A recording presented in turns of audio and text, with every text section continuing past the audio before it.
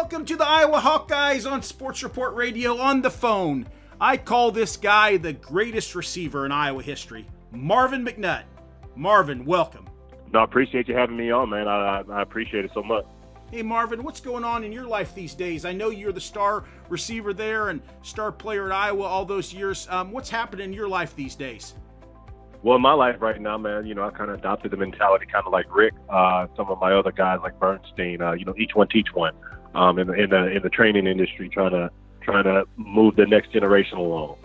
That's cool. What was it like for you to play at Iowa? I mean, how special was that for you to be a lifelong Hawkeye? Man, you know what? It was huge for me, man.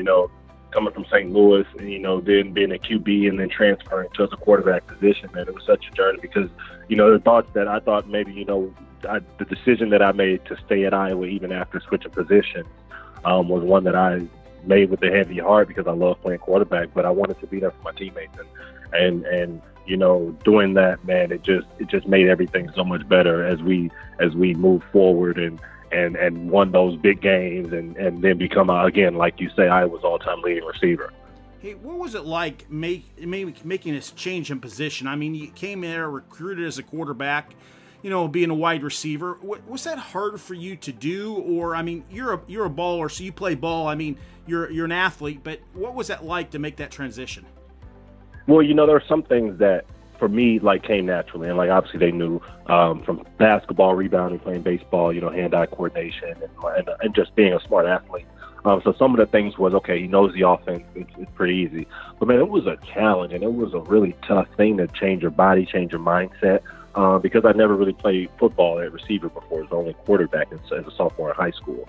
And so, coming to college and thinking that and then having to switch that all up. And I mean, my first 5 weeks of practice, I'm telling you, I died every day because it was 50-yard run, come back, 50, 30 yards, come back, 10, come back. After I do that 2 times, as a quarterback, you have to do a 5-yard drop, maybe scramble every once in a while for the most part, or depending on what, especially at Iowa, it wasn't too much going on as far as quarterback movement. So, you weren't really using your body as much as you are as a receiver. So that was just a huge adjustment. My knee was hurting, looked like I'm galloping as I was running. So it was a transition. Most people think, oh, he was just that good of an athlete, changed it. No, it took some work. Hey, Marvin, growing up, did you play baseball all the time, basketball, football? Did you do about every sport growing up? Yeah. So growing up, I only played basketball and baseball. I never played football. I mean, I went outside and played with my friends, act like you're the greatest show on turf, the Rams, be cool. Sure. Torrey Holt, Kurt Warner. I can always catch a football well, knew I could do that. No, but I never played football until my sophomore year in high school, but I did play baseball all the way through from 4 to my senior year in high school. What do you tell young kids that maybe call you up that are saying, man, I'm thinking about going to Iowa? I mean, what do you tell them, and from your experience there, and what do you kind of explain to them what it's like and what they're going to expect? Well, I explained to them exactly what, we kind of got. That's the one thing that's great about Iowa. When you first go on a visit there, no one lies to you about the environment that you are walking into. It's a pro environment. So that's something that I always tell people. When you get there, be ready to be a pro. Coach Ferentz is like that from day one and on. And also, young guys, basically shut your mouth and go to work. Because when you come in, there's going to be seniors that's been putting in a lot of work for the last 4 or 5 years that you're not going to know half as much as they know about the game of football, how to work. And you need to learn from that.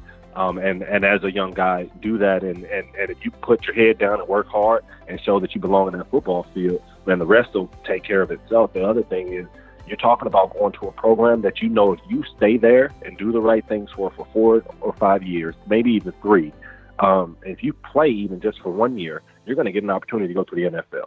We put just as many people in the NFL as the Michigan State, Penn States of the world. Only one we haven't reached their plateau yet is Ohio State. And that's because, they get the guys that come out of high school ready to go to the league, basically. Hey, you brought up Coach. What was it like to play for Coach and the stability he's brought there that whole time to be the coach, longtime Iowa coach? What's that like? And I was talking to one of my teammates the other day, talking to me and Keenan Davis, me and Broderick, and I think it was someone else I was speaking to, and I just said, actually Colin Cole. And I go, man, it's crazy because me and Colin were on 2 different Iowa teams. He played in the 2002 team. I played on the 2007 team. 11 teams. So, we never played together there, but we did play together in the NFL for the Carolina Panthers. And so we were talking, and I was just like, man, how cool is it, though, that, like, it's like you talk to some of these guys now, they're still going through the same things that we went through as players in some aspects. But then they also have the same stories from our coach. It's like we can share stories from our coach that from 20 years ago to now still. And that's so impressive. I mean, that was one thing that also made me want to come to the University of Iowa, was because I knew my coach, they have a history of, once you are there as a freshman, that's normally your coach when you're a senior, as long as things go the right way.